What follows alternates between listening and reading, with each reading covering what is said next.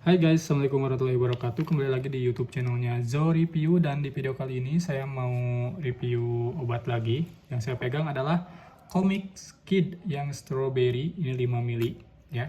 Tapi disclaimer dulu sebelumnya, saya bukan tenaga atau yang ahli di bidang kesehatan. Saya hanya masyarakat biasa yang sudah pernah mengkonsumsi atau menggunakan obat ini untuk keluarga ya.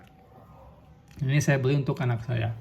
Comix Kid Strawberry 5 mili. Ini saya beli itu sekitar 1.500-an ya. Satunya, satu buah. Tapi kalian bisa juga beli satu dus.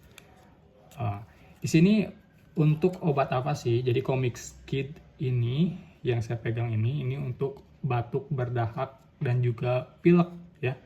Jadi komposisinya itu ada dextrometropan, juga ada guaifenesin, dan juga CTM, yang mana kita tahu ya komposisi tersebut itu untuk batuk ya dan juga pilek biasanya itu ya.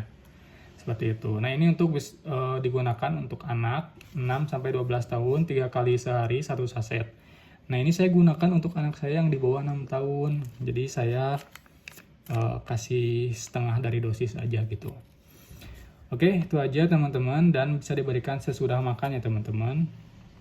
Oke, jangan lupa untuk like, comment, share, dan juga subscribe. Sampai ketemu pada video selanjutnya. Terima kasih sudah menonton. Jangan lupa diklik tombol thanks-nya. Bye.